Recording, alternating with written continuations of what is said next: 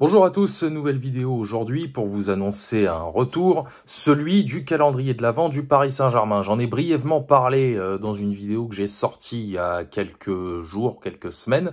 Donc ça c'est la vidéo effectivement d'annonce pour vous dire que je vais le refaire cette année pour la seconde et donc dernière fois.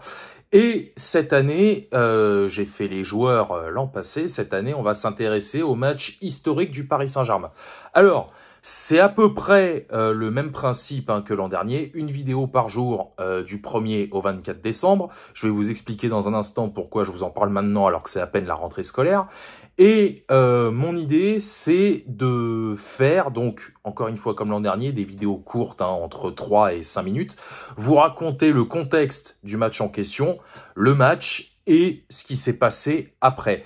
Et donc, l'idée que j'ai, c'est de faire un jour un match européen, le jour suivant un match qui c'est un match national, si je puis dire. Donc, ça pourra être une finale de coupe, un match de Ligue 1, peu importe. Voilà, et donc de suivre cet exemple pendant toute la durée du calendrier. Donc, je vous le dis maintenant, je commencerai le 1er décembre par un match européen et le 24, ce sera donc un match qui se sera déroulé, un match français. Voilà, on va dire ça comme ça.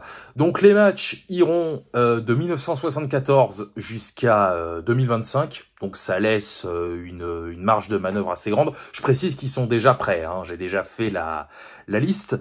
Donc voilà. Et alors, pourquoi je vous en parle maintenant? Bon, déjà, parce qu'on est en pleine trêve internationale, j'ai rien d'autre, j'ai aucun autre sujet à aborder en ce moment. Deuxièmement, je me fais chier. Donc voilà, je me dis que tourner cette vidéo, ça fait toujours passer un petit moment. Et puis voilà, je pense avoir tout dit. Alors, non, il reste une dernière chose. L'an dernier, je me doute, même si j'ai pas eu de réflexion à ce sujet, je me doute que j'ai oublié des grands joueurs. J'ai par exemple cité aucun gardien, alors que certains méritaient, notamment Joël Batz, Bernard Lama, ou même, pour prendre un exemple un peu plus récent, Keylor Navas.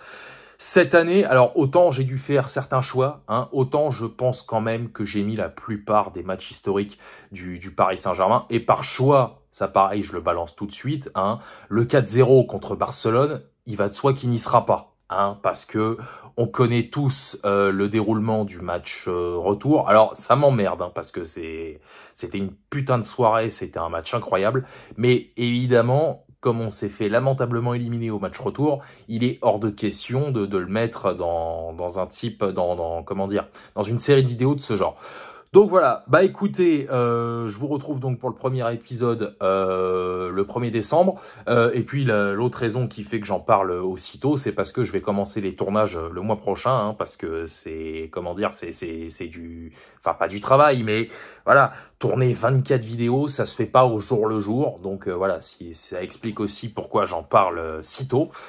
Donc voilà, mais il y aura d'autres vidéos évidemment qui vont sortir dans l'intervalle. Là, on est en pleine trêve, on va jouer notre prochain match de championnat le 14, je crois, le 14 septembre, face à Lens. Ensuite, ce sera la Ligue des Champions. Donc voilà, le rythme des vidéos va suivre son cours normal.